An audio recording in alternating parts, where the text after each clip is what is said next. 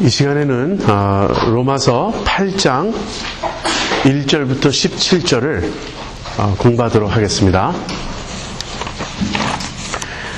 그동안 우리는 은혜, 율법, 육신 등에 대해서 살펴보았습니다. 은혜는 죄를 조장한다. 그러니까 은혜가 임하면 죄를 더 짓게 된다는 그런 오해를 풀기 위해 바울은 세례와 회심의 의미를 설명했습니다. 은혜와 율법은 서로 반대되는데 그렇다고 율법이 잘못된 것은 아니다. 바울은 또 이렇게 말하면서 문제는 율법이 아니라 육신에 있다. 이렇게 말했습니다.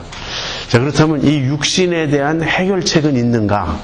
이제 그 문제를 8장 전반부에서 바울이 다룹니다. 요점은 그리스도 안의 생명의 성령의 법이 죄와 사망의 법에서 우리를 해방하였다 하는 것이에요. 8장 1절부터 4절을 같이 보겠습니다. 그러므로 이제 그리스도 예수 안에 있는 자에게는 결코 정죄함이 없나니 이는 그리스도 예수 안에 있는 생명의 성령의 법이 죄와 사망의 법에서 너를 해방하였습니다. 율법이 육신으로 말미암아 연약하여 할 수 없는 그것을 하나님은 하시나니 곧 죄를 인하여 자기 아들을 죄 있는 육신의 모양으로 보내어 육신의 죄를 정하사 육신을 좇지 않고 그 영을 좇아 행하는 우리에게 율법의 요구를 이루어지게 하려 하심이니라. 네, 바울은 그러므로 이제 그리스도 예수 안에 있는 자에게는 결코 정죄함이 없다라고 선언합니다. 우리가 그동안 공부해온 그 내용을 우리가 생각해 보면 이 말씀이 무엇을 의미하는지 우리가 아주 잘 알 수 있죠. 우리가 의롭다함을 받았다는 말입니다. 지금 결코 정죄함이 없다.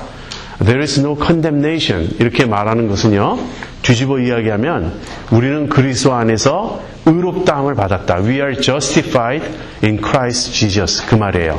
그리스도 안에서 우리는 의롭다함을 받았다. 우리는 결코 정죄함이 없다. 근데 어떻게 그 일이 이루어졌는가? 생명의 성령의 법이 죄와 사망의 법에서 우리를 해방하였기 때문이다. 근데 여기 생명의 성령의 법, 이 법이라는 말이 나오죠.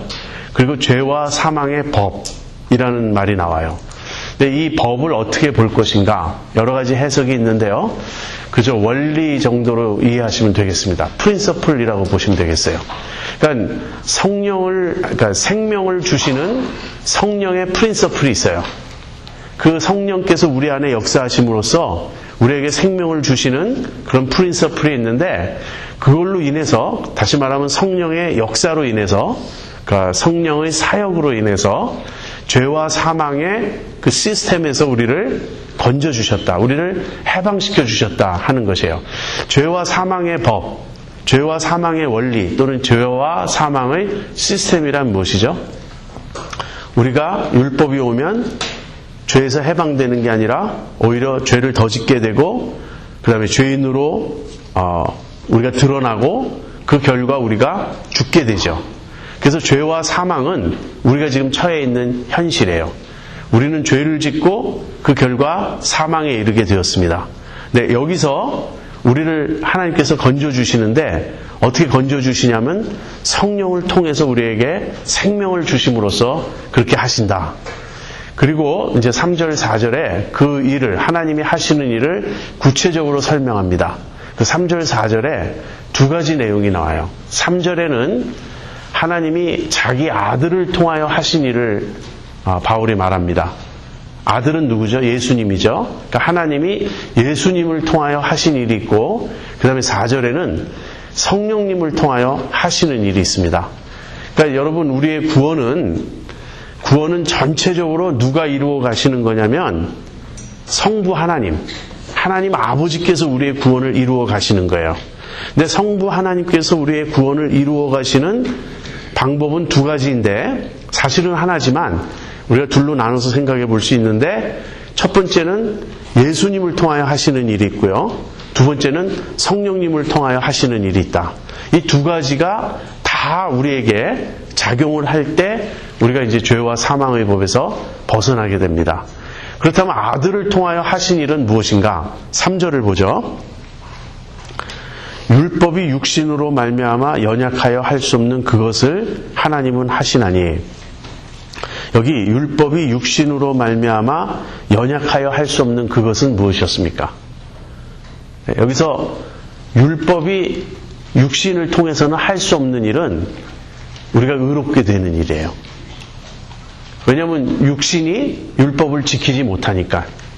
그래서 율법이 육신으로 말미암아 연약하여, 율법 플러스 육신은 파워레스합니다.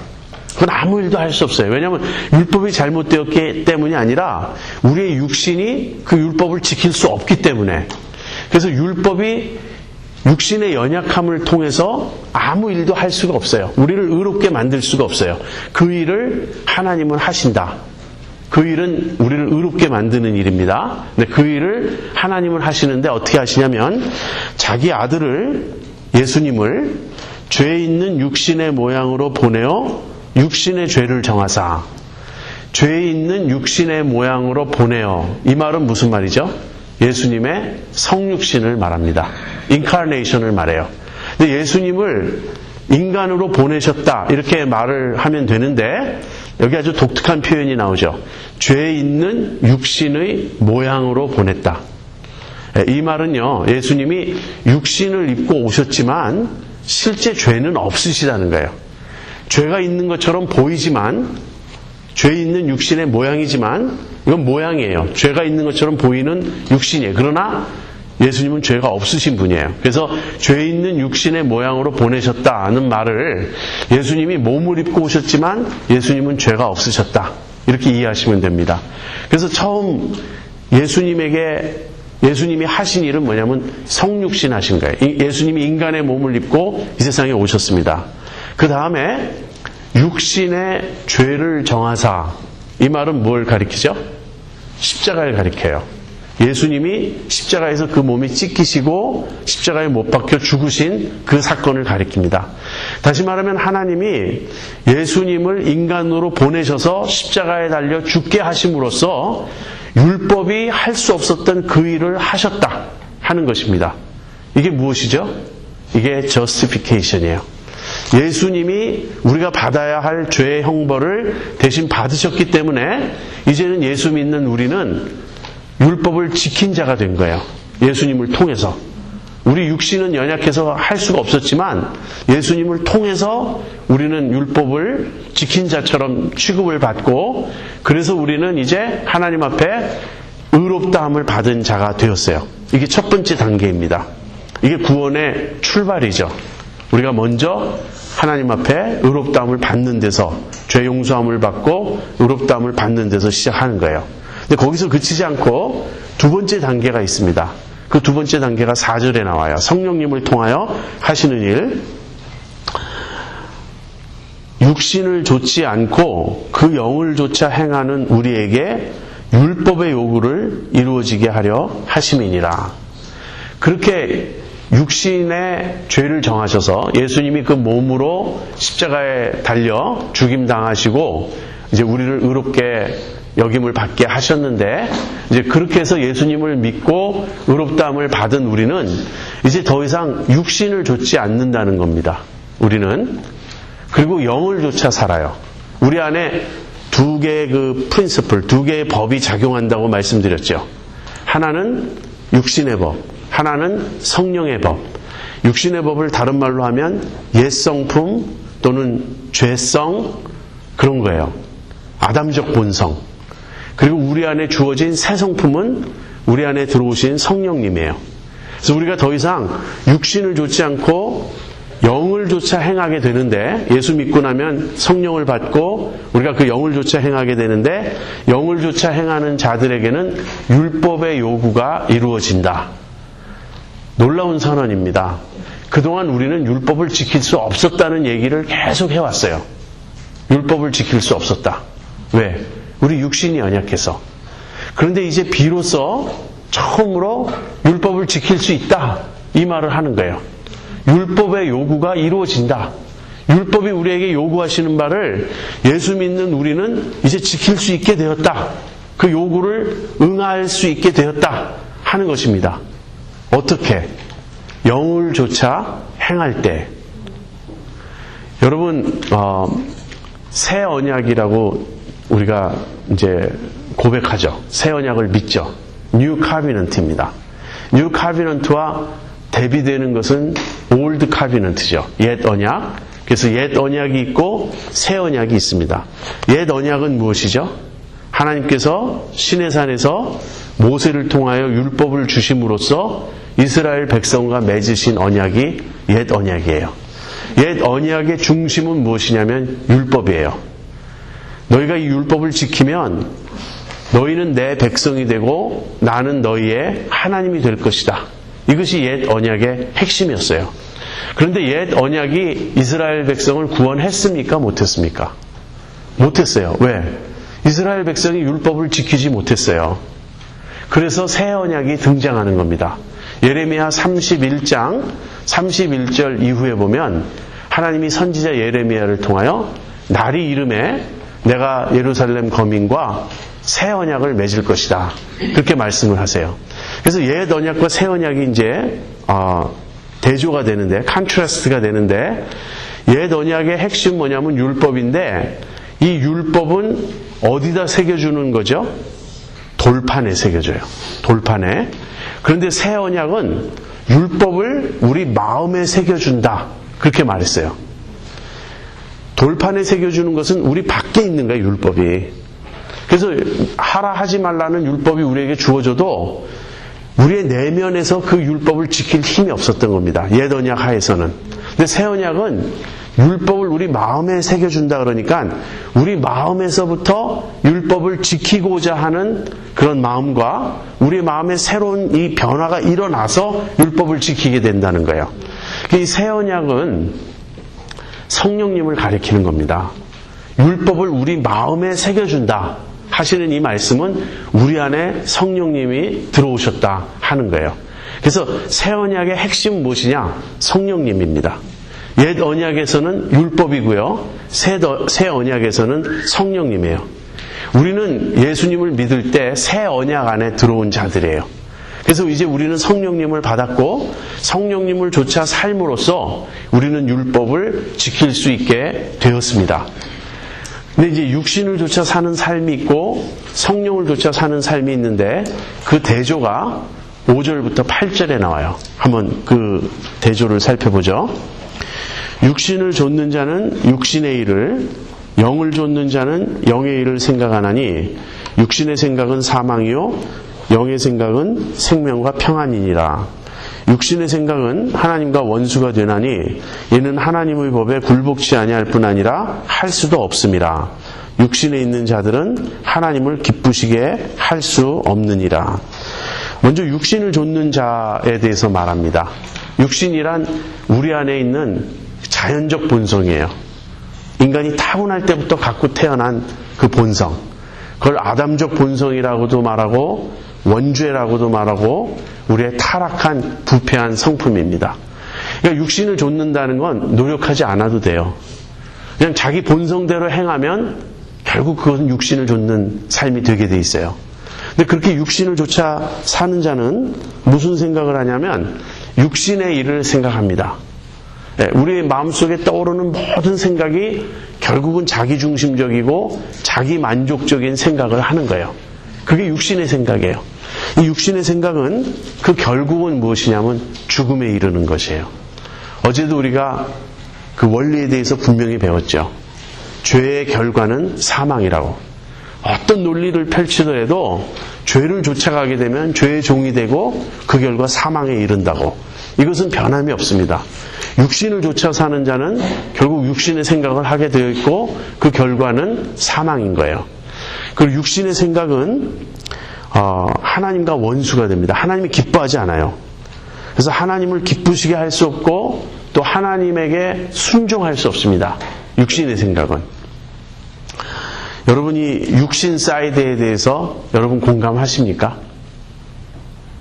우리가 육신에 있을 때에는 다시 말하면 우리가 자연적 본성으로 살아갈 때에는 결국 우리는 하나님의 뜻에 순종하지 않는다는 거예요.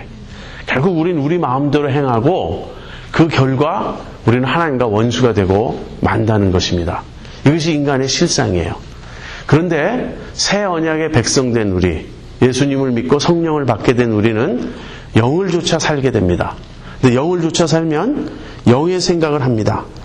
그리고 그 결국은 생명과 평안입니다. 영의 생각이란 무엇일까요? 성령을 좇아 생각하는 거예요. 한번 예를 들어보죠. 여러분이 누구와 갈등이 생겼습니다. 어떤 사람과 이제 갈등이 생겼어요. 갈등이 생겼을 때 내 마음속에 두 가지 생각이 싸웁니다. 한 가지 생각은 뭐냐면 육신의 생각이에요. 그 사람하고 불편한 관계가 있는데 그냥 아예 이 기회에 다시는 보지 말자고 선언을 해버릴까. 그냥 가서 쏘아붙이고 싸우고 따지고 그 사람의 잘못을 낱낱이 공격하고 그리고 나의 억울함을 호소하고 그 사람과 관계를 끝내버릴까. 그런 마음이 굴뚝같이 막 올라오죠.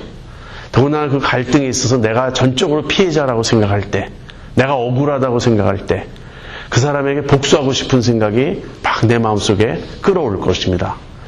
그렇게 교만하고 무례하고 자기중심적인 사람은 없어. 막 이렇게 생각하면서 그 사람을 대적하고 싶고 그 사람에게 보복하고 싶어요. 이 한쪽 생각이 있습니다. 근데 이 생각이 얼마나 달콤한지 이 생각을 하고 있으면 마땅히 그래야 될 것 같아요. 그리고 제3자하고 의논을 합니다. 근데 그때 제3자가 참 중요해요.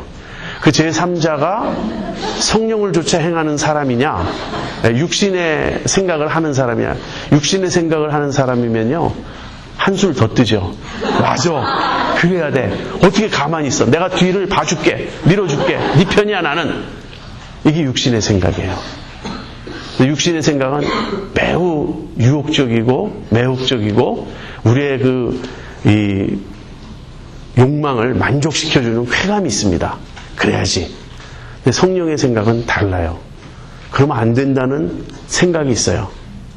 그리고 그 사람만 잘못한 것이 아니고 너도 잘못한 것이 있다. 또는 그 사람이 더 많이 잘못했다 할지라도 용서해야 된다. 악을 악으로 갚는 것은 하나님의 뜻이 아니다. 그렇죠. 이 두 생각이 우리 속에서 싸우죠. 근데 평소에 육신을 조차 행하는 일에 익숙해져 있는 사람은 자동적으로 육신 쪽을 따라가요. 생각을 자꾸 그쪽으로 합니다. 그런데 평소에 성령에 민감해서 성령님의 뜻대로 하려고 하는 사람들은 딱 브레이크가 걸려요. 그래서는 안 되는데. 그래서 우리가 제3자를 찾아간다 그럴 때 제3자를 누구를 찾아가느냐부터 달라요. 정말 하나님의 뜻을 나에게 말해줄 사람을 찾아가야 됩니다. 그 사람의 말이 힘들어도 아파도 내가 듣고자 해요. 자, 그런데 육신의 생각은 지금 당장은 쾌감이 느껴지고 시원하고 막 아주 내 마음에 만족스러운데 그 생각을 계속 쫓아가면 어떻게 되죠? 우리가 강팍해져요. 우리가 점점 더 강팍해지고 우리가 점점 더 승악스러워지고요. 결국 그 끝은 뭐냐면 하나님과 원수가 되는 거예요. 하나님 기쁘시게 하지 못해요. 그리고 그 마음에 평화를 잃어버립니다. 마음에 평화가 없어요. 근데 이제 그것도 또 생각해 봐야 되는데 그쪽에 푹 젖어 살면 평화가 있는지 없는지도 관심도 없고 그냥 늘 거기 빠져 살아요. 이게 참 문제예요. 근데 성령을 좇아 행하면 당장은 힘들어도 계속 성령을 좇아 생각하고 따라가면 마음에 평화가 옵니다. 그 사람을 용서할 수 있어요. 또는 내가 모든 사람에게 오해를 받고 있어도 흔들리지 않는 마음의 평화와 확신을 갖게 됩니다. 이것은 굉장히 구체적인 일이에요. 제가 그냥 막연한 예를 들었는데 매일매일 우리의 삶에서 육신을 좇을 것인가 성령을 좇을 것인가의 선택이 있습니다. 왜 아까 그 바울에 대해서 이야기하면서 갈등이 있다고 얘기하냐면요. 바로 이 두 가지 파워가 나를 끌어간다는 거예요. 네, 결론적으로는 육신이 아무리 강해서 나를 자꾸 억어하려고 해도 우리는 성령을 좇아 행할 수 있어요. 그게 믿음이에요. 성령을 좇아 행하면 우리는 승리할 수 있습니다. 그래서 이제 육신과 성령을 대조합니다. 이것은 칭의와 관계가 없어요. 내가 믿음으로 의롭다함을 받았으니까 자동적으로 나는 성령을 좇아 행한다. 그렇지 않아요. 믿음으로 의롭다함을 받은 사람은 그 다음부터는 성령을 조차 행하고자 하는 그 마음이 내 속에 작용합니다. 그러나 그것을 내가 순종해야 돼요. 자동적으로 되는 게 아니고 인격적으로 되는 거예요. 그래서 예수 믿고 성령을 모신 사람들도 순간순간에서는 불순종할 수 있습니다. 순간순간에는 죄를 지을 수 있어요. 육신을 좇을 수 있습니다. 그것을 우리는 넘어졌다고 말하고 또다시 우리가 주님 앞에 범죄했다고 말하는 거예요. 그러나 전체적으로 보면 우리는 성령을 조차 살아야 돼요. 성령을 조차 사는 사람이에요. 그럴 때마다 회개하고 자백하고 또 마음을 돌이키고 다시 성령을 조차 행하고 그렇게 되는 겁니다. 우리가 처음부터 끝까지 100% 성령을 좇아서만 행하는 건 아니겠지만 넘어질 때도 있고 흔들릴 때도 있지만 전체적으로는 성령을 좇아 행하는 사람이 크리스찬이에요.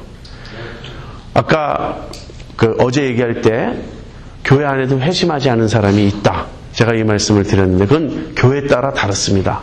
어떤 교회는 대부분이 회심하지 않은 교회가 있어요. 정말 미안한 얘기인데 그런 교회가 있습니다. 그런가 하면 거의 대부분 다 회심한, 그리고 아직까지는 믿음이 불분명한 사람이 극소수 있는 그런 교회도 있을 수 있습니다. 그런데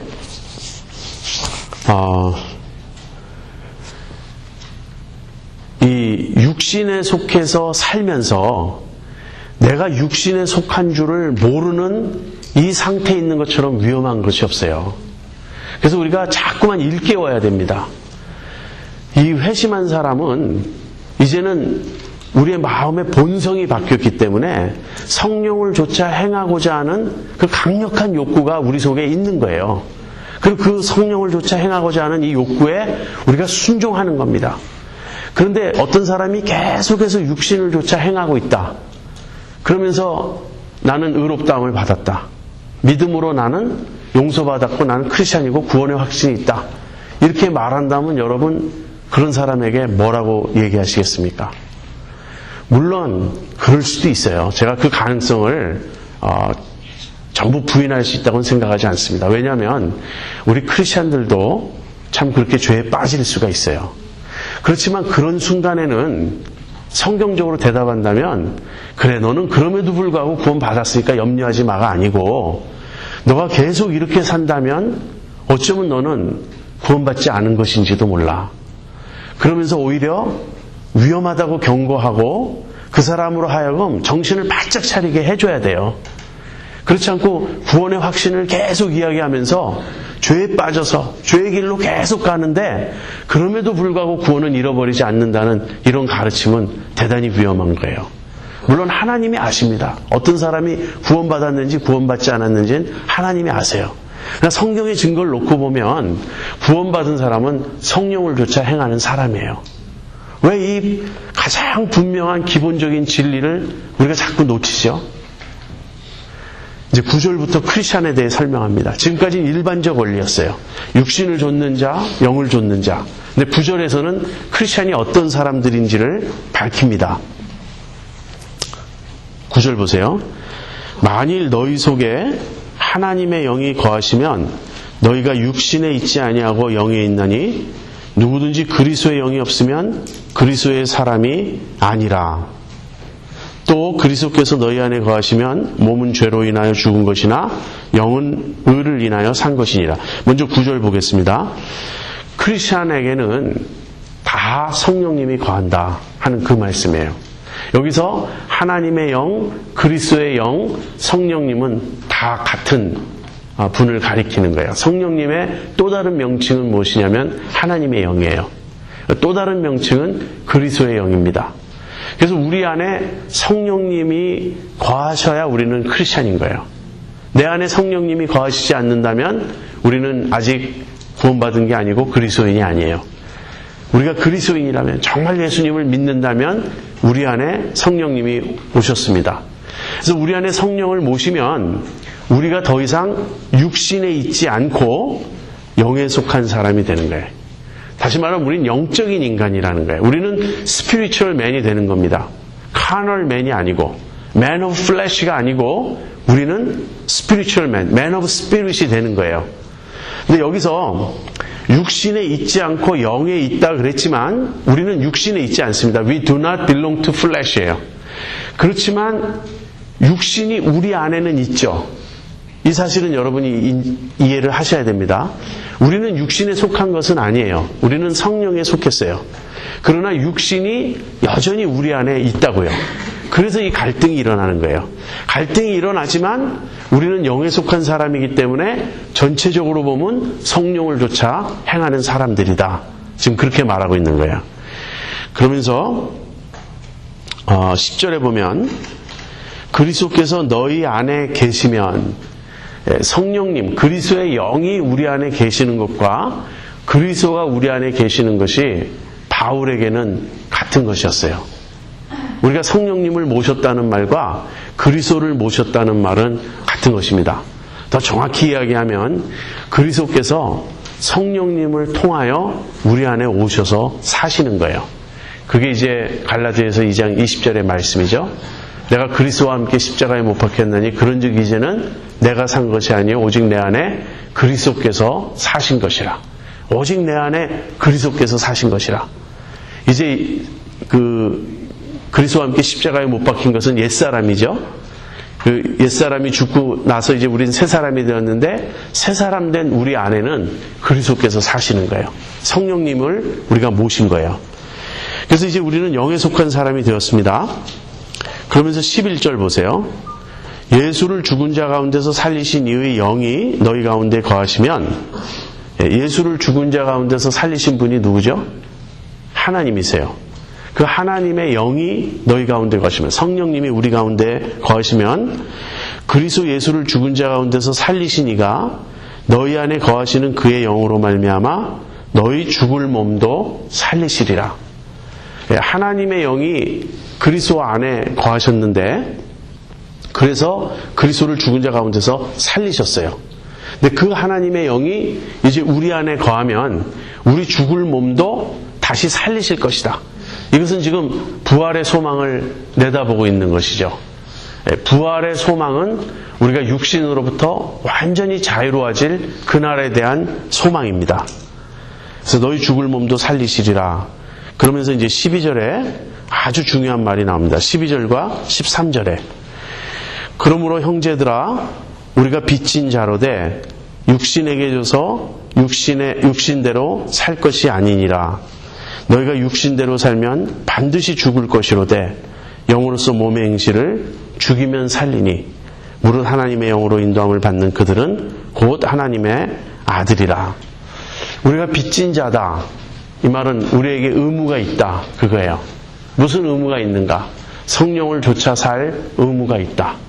그래서 크리스찬들은 그 안에 성령님을 모셨고 그래서 이제는 성령께 속한 사람이 되었습니다. 그러나 크리스찬들 안에 여전히 육신이 남아있어요. 그래서 우리는 성령을 조차 살 것인지 육신대로 살 것인지 육신을 조차 살 것인지 그 선택 앞에 늘 있습니다. 우리가 진짜 구원받은 사람, 진짜 성령님을 모신 사람이라면 전체적으로 우리는 순간순간에 넘어짐은 있겠지만 전체적으로 우리는 성령을 조차 살게 될 것입니다. 만약에 우리가 육신대로 산다면 내가 구원 받았다든지 구원의 확신이 있다든지 예수님 믿었다든지 그 어떤 표현을 하든 관계없이 육신대로 살면 반드시 죽습니다. 죄의 삭은 사망입니다. 이것이 우리가 구원의 삶을 살아갈 때 우리 속에 있어야 될 아주 중요한 측면이에요. 바울이 뭐라 그러죠? 두렵고 떨림으로 너희 구원을 이루라. 여러분 두렵고 떨림, fear and trembling이 우리 속에 있어야 된다는 거예요. 그것이 있습니까? 이 구원의 확신이란 두 가지 면을 다 가지고 있어요. 내가 구원받았다는 이 사실은 하나님께서 나를 끝까지 지켜주실 것이다. 내가 이 구원의 길에 중간에서 포기하고 떨어져 나가고 배교하고 다시 말하면 믿음을 포기하고 세상으로 돌아가지 않도록 주님이 나를 지켜주실 것이다라는 그 주님에 대한 신뢰예요. 구원의 확신은. 그래서 어떤 포뮬라가 돼가지고 내가 영접 기도를 했다. 그러니까 나는 구원받았다. 이런 게 아닙니다. 계속해서 주님과 나와의 관계에 대한 거예요. 그래서 내가 주님을 신뢰하고 주님이 나를 이끌어가면서 내 구원을 완성시키실 것이라고 주님을 트러스트하는 게 구원의 확신입니다. 그래서 한편으로는 우린 담대해요. 그리고 한편으로는 우리는 흔들리지 않는 그런 어슈런스와 컨피던스를 가지고 있어요. 그러나 동시에 내 속에서 역사하는 이 육신을 보면서 우리는 두렵고 떨림을 느끼는 거예요. 하나님 나를 지켜주세요. 그래서 그리스도인들의 기도는 하나님 내가 죄에 빠지지 않게 지켜주세요. 하나님 내가 승리할 수 있게 지켜주세요. 그리고 하나님께서 정말 사랑하시는 자는요 디스플린합니다. 하나님 우리를 치세요. 우리를 징계하세요. 욥기의 메시지가 그것 아니었습니까? 그래서 내가 기도할 때 우리는 이런 기도도 해야 돼요. 하나님 제가 혹시 불순종한다면, 혹시 제가 하나님 뜻대로 살지 못한다면 하나님 저를 야단쳐 주세요. 하나님 저를 책망해 주세요. 제가 정신 차리게 해주세요. 여러분, 내가 죄 짓고 내가 세상으로 가는데 모든 일이 잘 되고 있다. 그러면 하나님이 나를 특별히 봐주시는 걸까요? 나는 역시 하나님의 그 편애를 받고 있어. 난 이렇게 좀 하나님 뜻대로 살지 못하고 부족하지만 그래도 나는 만사가 형통하고 있어. 그런 걸까요? 성경대로 말하면요, 이거는 굉장히 위험한 거예요. 히브리서 12장대로 표현하면 징계가 없으면 참 아들이 아니요 사생자다. 너는 어쩌면 진짜 아들이 아닌 것일지도 모른다. 그런 얘기예요. 그러니까 우리가 육신대로 살면 반드시 죽는다는 이 사실을 늘 기억하고 두렵고 떨림으로 우리의 구원을 이루어 가야 됩니다. 그런데 이것이 전부가 아니에요. 주님이 나를 지켜주신다는 확신과 담대함과 그 승리의 어떤 그 확신이 있어요, 우리에게. 근데 이 둘 다 있어야 한다는 거예요. 그래서 육신대로 살면 반드시 죽을 것이로되, 그 다음에 나오는 이 말이 성화의 핵심이에요. 이게 너무너무 중요한 말이에요. 영으로서 몸의 행실을 죽이면 살리니, 성령을 조차 삶으로써 몸의 행실, 이 몸이라는 말이 자꾸 나오는데 우리 이 몸이 연약하기 때문에 몸을 통하여 육신이 역사하는 겁니다. 그래서 몸의 행실은 다른 말로 바꾸면 육신의 소욕이라고 말할 수 있어요. Flesh desire야. Desire of flesh.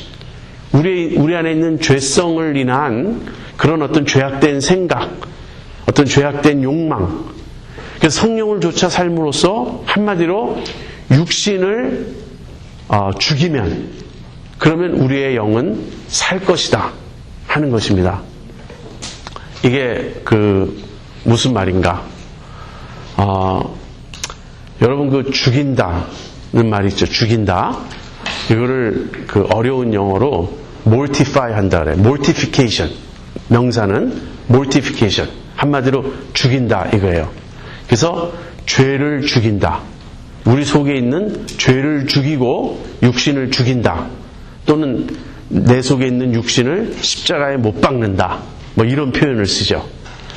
이것이 오늘날 신앙생활에서는 별로 강조되고 있지 않습니다. 그런데 과거 청교도들에게는 이게 핵심이었어요. 신앙생활은 뭔가 mortification of sin이에요. 죄를 죽이는 것입니다. 어떻게? 영을 조차 삶으로써, 영으로서 몸의 행실을 죽이면 살리, 여기서 뒤에 살리라는 건 생명을 얻는다는 말이에요. 이것이 신앙생활이에요. 우리가 죄와 싸운다 그럴 때 단순히 외적인 어떤 행동으로서의 죄를 안 한다가 아니죠. 지금까지 우리는 죄를 외적인 차원에서 설명하지 않고 계속 내적인 측면에서 죄를 이야기해 왔어요. 외적인 차원의 죄는 그게 큰 문제가 아니에요. 물론 큰 문제이지만 그것이 우리 싸움의 현 주소가 아니에요. 여러분 중에 최근에 살인하신 적 있습니까? 네, 없죠. 그래서 여러분 정말 깨끗합니까? 근데 여러분 중에 최근에 미워하신 일이 있습니까? 그럼 많이 걸린다고요. 지금 우리는 행동을 말하는 게 아니에요. 행동도 중요하지만 행동 이전에 우리 속에 있는 이 하트의 문제, 우리 속에 있는 이 내면의 문제를 가지고 있는 거예요. 그래서 이 내면에 죄성이 있고요. 내면에 이 죄의 욕망이 있고 이 자아가 있는 거예요. 이거를 싸우되 어떻게 싸워야 되냐면 이걸 죽여야 하는 겁니다. 내 속에 있는 죄를 순간순간 컴프로마이즈하고 순간순간 조금씩 달래고 그래서 적당히 죄랑 타협하면서 살아갈 수가 없어요. 우리는 죄랑 그렇게 대할 수가 없어요. 왜냐하면 죄가 얼마나 강한 존재인지를 여러분 아셔야 됩니다. 자, 예를 하나 들어볼게요. 이제 어느 교회에 A라고 하는 여집사님이 새로 나오기 시작했어요. 근데 이 여집사님이 얼마나 봉사도 잘하고 얼마나 믿음이 좋고 얼마나 사람들에게 칭찬을 받는지 이 여집사님이 이제 A라는 여집사님이 이 교회에 와서 얼마 안 있어서 아주 목사님과 온 교인들에게 인정을 받고 사랑을 독차지하고 누구나 입만 열면 이 여집사님을 칭찬하게 되었어요.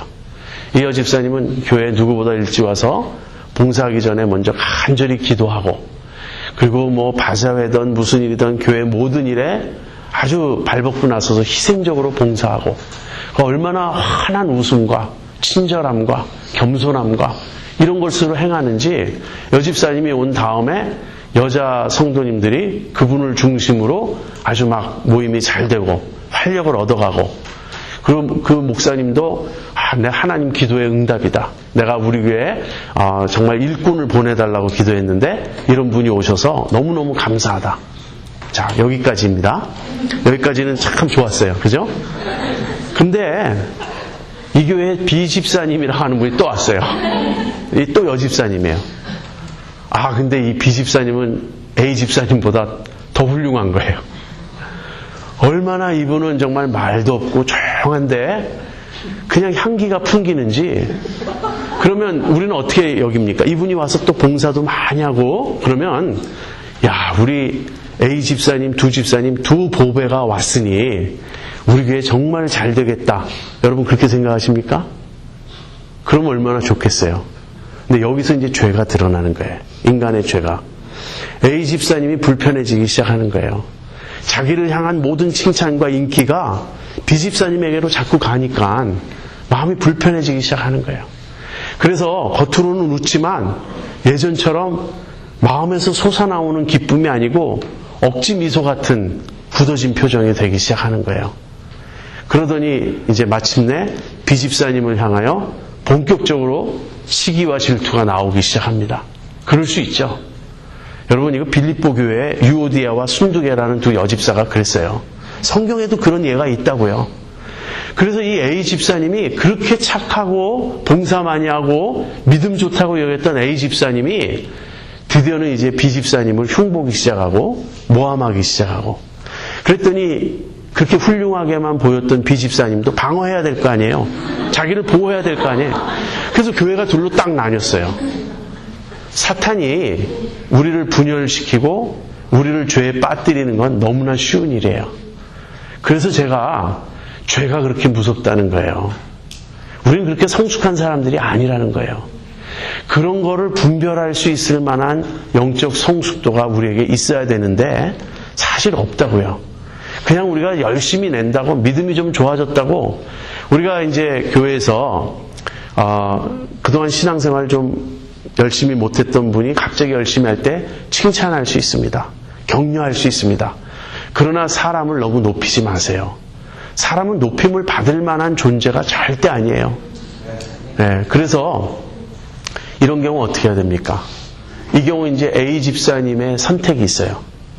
A 집사님이 드디어 자기 실체를 보는 겁니다. 난 내가 믿음이 좋은 줄 알았다고. 난 내가 주님을 사랑하는 줄 알았다고. 그런데 이제 보니까 나는 나를 사랑하고 있었다고. 내가 칭찬받는 것, 내가 인정받는 게 너무 좋아서 그래서 더 열심을 냈던 것 같다고. 그러면서 이분이 진짜 성령의 사람이라면 회개합니다. 근데 회개하는 게 나 잘못했습니다라고 해서 되지 않죠. 내 속에 부글부글 끓고 있는 시기와 질투를 꺼야 돼요. 이걸 죽이는 겁니다. 이걸 mortify 하는 거예요. 이걸 십자가에 못 박는 거예요. 다시 말하면 내 자아를 진짜로 부인해야 한다고요. 이럴 때 필요한 게 금식인 거예요. 정말 금식하고 기도해야 돼요. 사생 결단을 가지고 주님 내가 죄인입니다. 내 속에 이 죄를 뿌리째 뽑아주세요. 이 죄를 내가 죽일 수 있게 해주세요. 그리고 간절히 기도하고 성령의 충만을 구하고 내 속에 있는 이 시기와 질투의 불이 꺼질 때까지, 그리고 정말 내가 자아를 내려놓을 때까지 기도하고 몸부림쳐야 해요. 성령의 인도를 좇아서 그 몸의 행실을 죽이면, 그러면 어느 순간 그렇게 이분이 정말 그러면 그 다음 순간 평화가 와요. 비로소 자기를 부인한 거예요. 비로소 자기를 내려놓은 거예요. 갑자기 내가 그동안 너무 높아져 있었다. 내가 너무 교만해져 있었다. 내가 나 자신에 대한 착각에 빠져 있었다. 나는 죄인인데, 나는 이 교회 왔을 때 내가 제일 믿음이 좋은 줄 알았는데 이제 보니 내가 제일 육에 속한 사람이었다. 그렇게 깨닫고 회개하고 무릎 꿇는 것입니다. 그리고 그 비집사님한테 찾아가서 집사님 정말 미안해요. 내가 집사님을 미워했어요.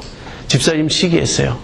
내가 믿음이 좋은 줄 알고, 근데 나보다 믿음이 더 좋아 보이는 집사님이 오니까 내가 막 흔들렸어요. 근데 집사님 저 용서해 주세요. 제가 정말 회개했어요. 그리고 뭐 필요하면 그냥 넘어가도 돼요. 덕을 세우기 위해서. 필요하면 멤버들에게 쉐어링 할 수도 있습니다. 내가 그동안 참 잘못한 게 많았습니다.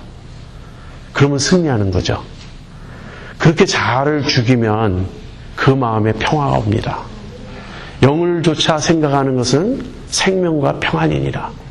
그때 맛보는 생명은 무엇이죠? 성령께서 나를 주관하시고 나를 통하여 사시는 그 모습을 보게 되는 겁니다. 그러면 B 집사님도 반응할 거예요. A 집사님, 저도 집사님을 미워하고 집사님에 대해서 안 좋게 생각했어요. 근데 역시 집사님은 저보다 나으시네요. 집사님 먼저 그렇게 주님 앞에 자기를 부인하는 모습을 보니 제가 너무 부끄럽네요. 자, 그러면 이 교회를, 이 몸을 공격한 사탄의 공격을 막아낸 거예요. 우리가 성령을 좇아 행함으로써 그 육신의 괴계를 물리친 거예요. 사탄의 이간질과 분열시키는 이것을 우리가 막아낸 거예요. 근데 이것이 한 번으로 끝날까요? 또 오고 또 오고 또 옵니다. 그래서 계속해서 영으로서 몸의 행실을 죽이는 거예요. 여러분, 우리 안에는 습관화된 죄들이 있습니다. 습관화된 죄들. 이게 참 무서워요. 왜냐하면 습관이 되었기 때문에 내가 이겼다고 생각해도 그 다음 순간 자동적으로 또 살아나요.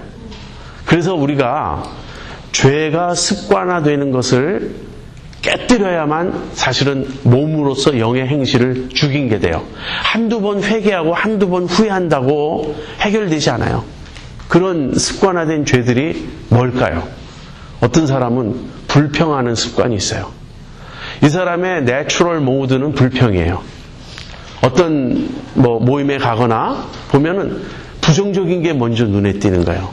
아, 여기는 왜 이렇게 더워? 이런다든지, 의자가 왜 이렇게 배열돼 있어? 그러면서 고쳐야 된다든지, 그리고 누굴 보면은 어떤 사람들은 어떤 사람에 대해서 얘기할 때 항상 좋은 점부터 보는 사람이 있어요. 그분은 너무 잘생긴 것 같아요. 또는 그분은 너무 친절하고 상냥해요. 참, 저는 그분을 만날 때 참 기뻤어요. 이렇게 긍정적으로 반응하는 사람이 있는가 하면, 그런데 듣다가 그 말은 맞는데, 그분은 좀 어쩌지요? 이렇게 꼭 걸고 넘어지는 거 있죠. 그래서 항상 불평과 부정적인 것과 비평과 남을 험담하는 것과 이게 습관화될 수 있습니다. 이거 굉장히 죄예요. 굉장히 나쁜 죄고 굉장히 무서운 죄예요. 근데 이것이 우리에게 습관화되어 있습니다. 습관화되어 있다는 말은 우리가 좀처럼 그것을 꺾고 이기기가 어렵다는 거예요. 그래서 우리가 이런 수련회 오거나 이런 집회 때 회개합니다. 그렇지만 이건 습관이기 때문에 얼마 안 있어서 또다시 나타나는 문제예요. 그럼 어떻게 해야 되죠? 죽여야 되는 거예요. 이 습관이 완전히 끊어지도록. 그래서 긴 시간이 필요합니다. 그 습관화된 그 죄의 모습이 강하면 강할수록 그걸 깨뜨리는데 오랜 시간이 필요해요. 또 회개하고 또 회개하고 주변 사람들에게 부탁할 수도 있어요. 내가 생각해 보니까 난 참 부정적이야. 내가 입만 열면 자꾸 불평을 하거나 비판하는 말이 나에게서 나오는데 그럴 때마다 네가 나한테 좀 이게 신호를 보내줘. 그럼 내가 깨닫고 조심할게. 이러면서 우리가 노력을 해야 돼요. 어떤 사람은 또 다른 어떤 습관의 죄가 있을 수 있습니다. 우리 사람마다 달라요. 화잘 내는 사람 있죠. 혈기도 또 습관이에요. 그리고 혈기는 내기 시작하면 갈수록 더 세집니다. 혈기 많이 부리는 사람들이 늘 하는 말이 나는 뒤끝이 없다. 그런 거예요. 아니 이미 다 쏟아붓고 뒤끝이 있으면 어떻게 해요? 그죠? 이미 남은 피해를 다 받았다고요. 남은 상처를 다 받았다고요. 그리고 나서 자기는 다 퍼부었기 때문에 난 뒤끝이 없어. 이건 말이 안 되죠. 그죠? 뒤끝까지 있으면 정말 죽일 놈이고 뒤끝은 당연히 없어야 되는데 근데 이 혈기가 회개한단 말이에요. 아내의 손을 잡고 뭐 이건 제 얘기입니다만 아내의 손을 잡고 미안해. 내가 정말 다시는 화 안 낼게. 그때는 진심이었는데 시간이 지나면 또 화가 나는 거예요. 또 화가 폭발하는 거예요. 그래서 이거를 싸워서 이겨야 돼요. 어떤 사람들은 이런 사람들 있죠. 내 성격은 성령님도 못 고쳐. 그게 말이 됩니까? 성령님이 못 고치는 성격이 어디 있어요? 자기가 불순종하니까 그렇지. 그래서 영으로서 몸의 행실을 죽이면 그때 우리가 성령 충만을 느껴요. 주님이 나를 통해서 하는 그 생명을 맛보는 거예요. 이것이 진짜 기독교고 이것이 진짜 크리스찬의 라이프예요. 근데 우린 이런 거를 맛보지 못한 채 아까 제가 죄와 더불어 싸운다 그럴 때 패배주의를 말한 게 아니에요. 뭐 바울도 그랬는데 난 당연하죠. 그리고서 늘 육신에 속해 살라는 게 아니에요.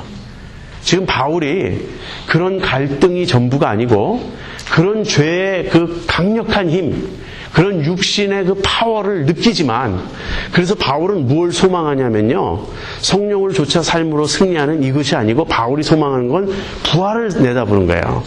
부활이 있어야 내가 근본적으로 해결된다. 몸의 구속을 내다보는 거예요. 그렇지만 그때까지는 나는 패배하며 산다가 아니고 그때까지도 성령을 좇아 행함으로써 우리가 승리할 수 있다. 근데 이제 바울은 실제적인 사람이니까 우리의 승리란 불완전한 것이다. 그래서 우리에게 정말 중요한 건 뭐죠? 소망입니다. 소망을 갖고 사는 거예요. 언젠가 나의 이 부족한 모습, 언젠가 나의 이 흠 많은 모습, 이걸 주님이 완전하게 만들어 주실 날이 있을 것이다. 이 소망 때문에 우리는 넘어졌다가도 일어날 수 있고요. 이 소망 때문에 우리는 그 용기를 잃지 않고 끝까지 갈 수 있는 겁니다. 그러나 소망을 갖고 살면서 여기서 우리 승리할 수 있어요. 영으로서 몸의 행실을 죽이면 살리는 이것이 이제 몰티피케이션이라는 한쪽 사이드예요. 그런데 요거 반대가 또 있습니다. 뭐냐면 발음하기 참 어려운데 vivify라는 거예요. mortify의 반대는 vivify예요. mortify는 죽이는 거면 vivify는 살리는 거예요. 그래서 vivification이라는 말이 있어요. 아무튼 이 죽임과 살림이에요. 살림 쪽은 뭐냐면 죽임 쪽은 내 육신을 죽이고 몸의 행실을 죽이는 거라면 살림 쪽은 내 안에 거하시는 성령의 충만함을 받기 위해서 노력하는 거예요. 그래서 내가 언제나 영으로 충만하고 하나님의 그 영으로 지배를 받고 그러기 위해서 내가 해야 될 일이 있어요. 이 둘은 사실 별개가 아닙니다. 한쪽으로 죄와 싸운다면 다른 한쪽으로는 성령의 충만을 사모하는데 이때 필요한 게 뭐죠? 이때 필요한 게 말씀을 묵상하는 것, 기도하는 것, 성령 충만한 그리스도인들이 함께 모여서 교제하는 것, 예배 드리는 것, 이런 것들이 필요한 거예요. 그래서 이 둘을 적절히 성령 쪽에 계속해서 우리가 나아가려고 노력을 하고 반면에 내 안에 있는 육신은 쳐서 멸하고 죽이고 그렇게 사는 것이 죄와 싸우는 모습이고 우리 그리스도인의 삶이에요. 이것을 바울은 뭐라고 부르죠? 무릇 하나님의 영으로 인도함을 받는 그들은 곧 하나님의 아들이라. 이것을 성령의 인도라고 말합니다. 이렇게 영으로서 몸의 행실을 죽이고 사는 사람들을 하나님의 영의 인도를 받는 것이다. 그렇게 말하고 있어요. 여러분 하나님의 인도라는 말을 들어보셨죠? 여러분이 하나님의 인도를 구한다 이렇게 말할 때 1차적으로 무엇을 떠오르십니까? 우리 삶의 여러 선택들을 떠올리죠. 내가 이번에 잡을 옮기고 싶은데 이게 하나님 뜻일까? 그래서 기도를 해봅니다. 그러면서 하나님, 제가 이 회사에서 저 회사로 지금 잡을 바꿀까 하는데 바꾸는 것이 좋겠습니까? 하나님, 나를 인도해 주세요. 만약에 미혼의 남녀라면 하나님, 배우자를 만날 수 있게 해주세요. 정말 좋은 배우자, 믿음의 배우자, 저와 잘 맞는 배우자를 만나게 해주세요. 또 대학에 입학하는 학생들이라면 제가 어느 대학에 가는 게 좋을까요? 어떤 전공을 택하는 게 좋을까요? 이게 우리가 인생을 살아가면서 선택해야 되고 결정해야 될 일들이 많이 있는데 그때 우리는 정말 하나님의 인도를 구하게 됩니다. 자, 이것을 하나님의 외적 인도라고 말할 수 있어요. 하나님이 내 삶을 인도해 주시는 거예요. 그런데 내 삶을 인도해 주시는 것보다 더 근본적인 인도가 있는데 그거는 내적 인도로서요. 내 마음을 다스려 주시는 겁니다. 이 성령의 내적 인도는 성령께서 내 마음을 지배하시는 거예요. 성령께서 내 마음을 컨트롤하시고 내 마음을 다스려 주시는 거예요. 이것이 이루어져야 외적인 하나님의 인도를 받을 수 있어요. 그렇죠? 성령의 내적 인도를 받는다라는 말은 무슨 말이냐면 내가 지금 순종하고 있다는 말이에요. 내 마음이 주님께 사로잡혀서 주님, 제가 주님께 순종하고 싶습니다. 주님의 뜻대로 살고 싶습니다. 이 마음의 상태가 돼 있다는 거예요. 이 상태가 돼 있을 때 하나님의 인도를 구할 수 있죠. 그러니까 하나님, 내가 지금 이 문제로 A냐 B냐를 놓고 고민하는데 하나님 뜻을 보여주세요. 그럴 때 내 마음은 A를 향하고 있어요. A가 월급도 더 많이 주고 집에서도 가깝고 여러 가지 면에서 좋은데 하나님은 나에게 B로 가라고 말씀하실 수 있어요. 왜냐하면 B에서 내가 할 일이 있다. 거기 가서 내가 복음을 증거해야 될 사명이 있다든지 또는 어떤 일이 있다. 그럴 수 있죠. 그런데 내가 순종하겠습니다 라고 모든 걸 내려놓고 성령의 지배를 받고 있어야 하나님이 보여주시는 길을 내가 쫓아갈 수 있어요. 이제 목사니까 저한테 가끔 상담을 하러 오는 사람이 있습니다. 상담을 하러 오는 사람이 저한테 두 가지를 말하면서 어느 게 좋을까요? 그럴 때 제가 보면 이미 마음이 정해져 있어요. 그리고 자기가 정한 것을 내가 어프로브 해주기를 바라고 있어요. 그건 상담이 아니에요.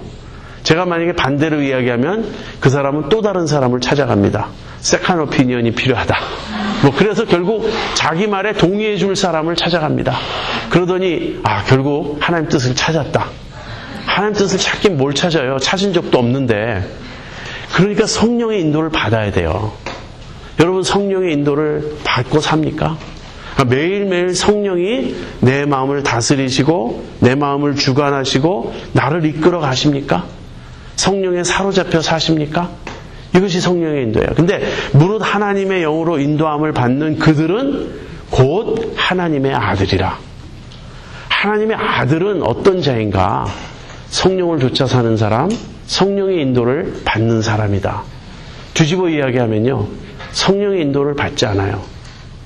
무슨 말이죠? 육신을 쫓아 산다는 거예요. 계속해서 육신을 쫓아 사는 사람은 하나님의 아들이 아니다예요. 이거를 제가 자꾸 강조하고 싶은 거예요. 예수 믿는 사람은 전체적으로 순종한다. 이 말이 맞지 않습니까? 그런데 왜 자꾸만 순종하지 않아도 구원은 받는다. 하나님 뜻대로 살지 못해도 구원은 받는다. 이렇게 자꾸 옆으로 새냐고요. 이거 참 이상한 현상이에요. 요즘에 그렇게 됐어요. 그래서 교회에 회심하지 않은 자들이 자꾸 생기는 거예요. 하나님 뜻대로 할 마음이 없어요. 그런데 마음이 굉장히 든든해요. 왜? 구원은 받았으니까. 누가 말합니까? 구원받았다고. 그 입술로 고백했다고 구원인 건가요? 내 안에 내적인 변화가 일어나지 않았다면 아직 구원받은 게 아니에요. 머리로만 내가 알고 있다면 그것은 성령께서 내 안에 역사하신 것이 아직까지 아니에요. 야고보서 2장 같은 데 보면 야고보가 이렇게 말합니다. 내가 하나님은 한 분이신 줄 믿느냐? 허탄한 사람이야. 귀신들도 믿고 떠느니라. 하나님 한 분이라고 믿는 건 귀신들도 갖고 있는 믿음이에요. 정말 중요한 건 순종하느냐, 성령을 쫓아 사느냐, 성령의 인도를 받고 있느냐. 물론 성령의 인도를 받는다는 말이 완전하다는 말은 아닙니다. 제가 누누이 이 양쪽을 다 말하고 있어요. 한쪽은 죄의 심각성을 알라, 죄의 파워를 알라.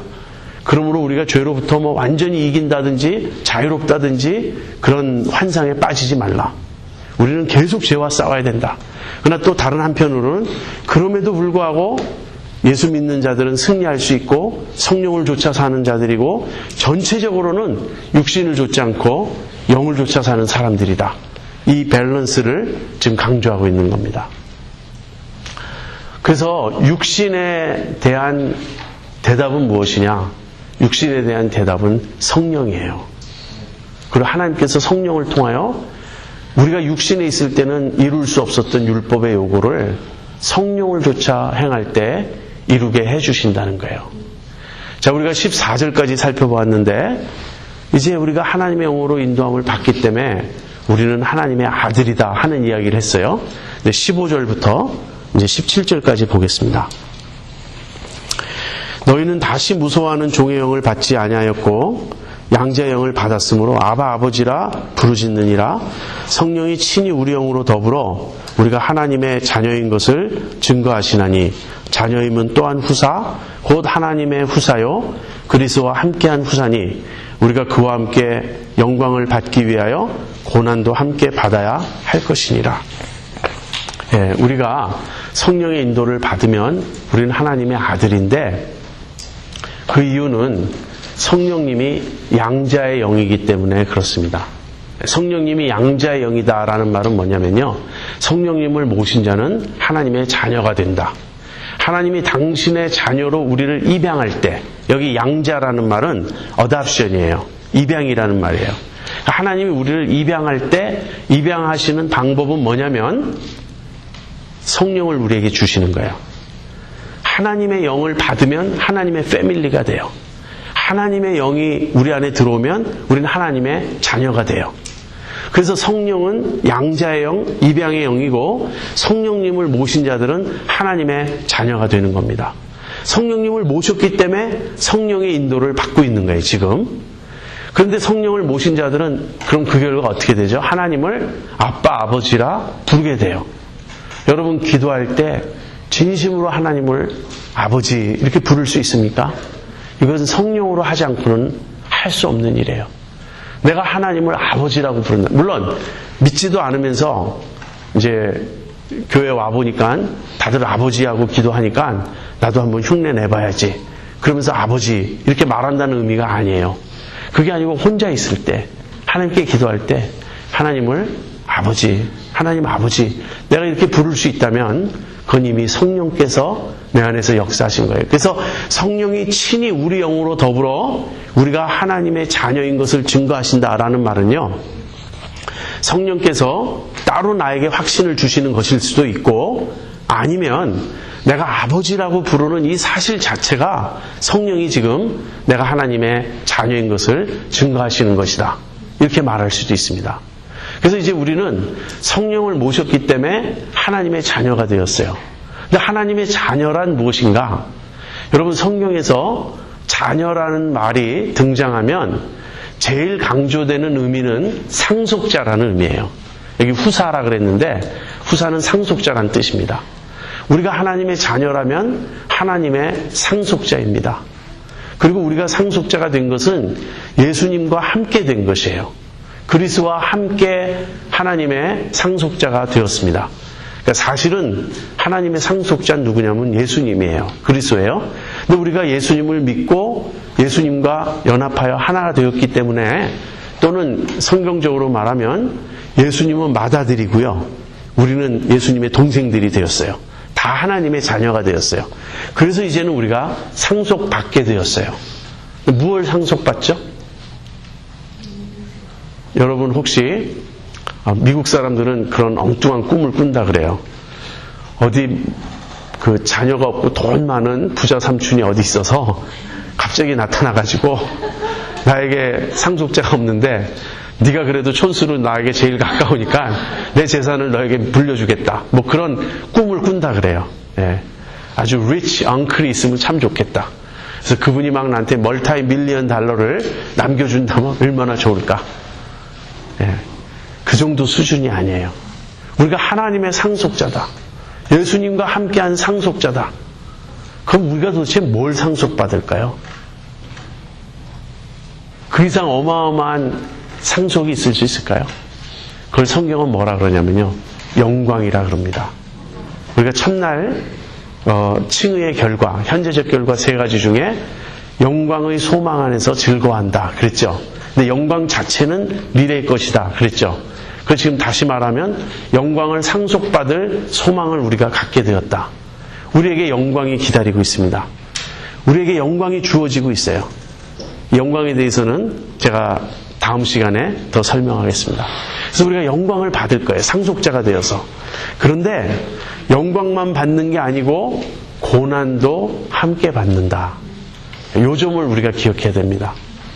근데 고난은 언제 받냐면요, 지금 받아요. 그리스도인의 삶은 그래서 고난의 삶이에요. 외적인 고난, 내적인 고난이 다 있습니다. 외적인 고난은 예수 믿는다고 이 세상 살아가는 어려움이 면제되는 것이 아니고요.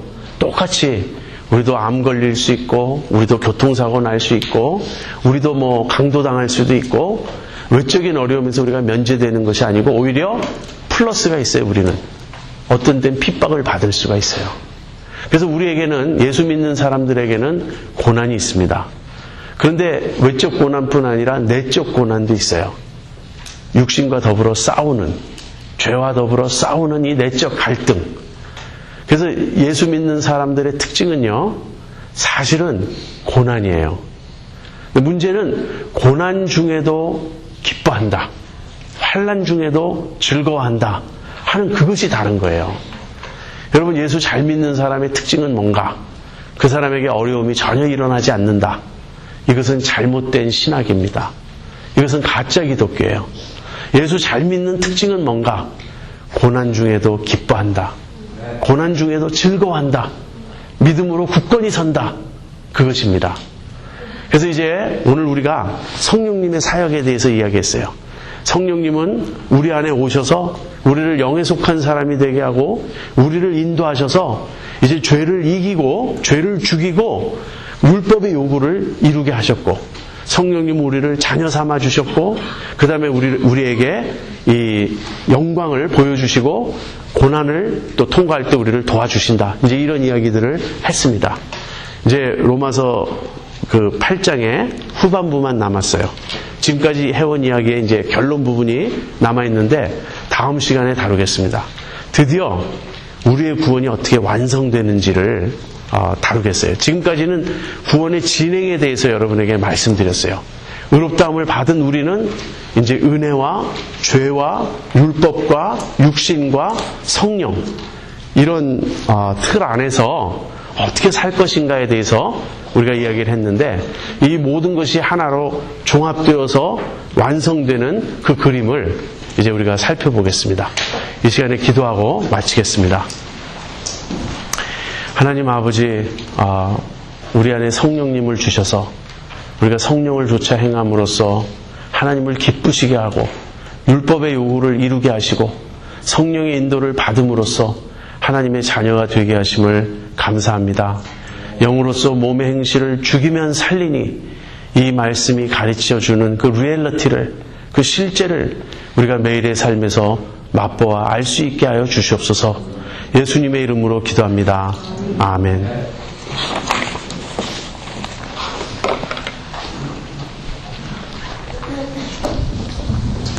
우리 문화를 좀 목사님이시면서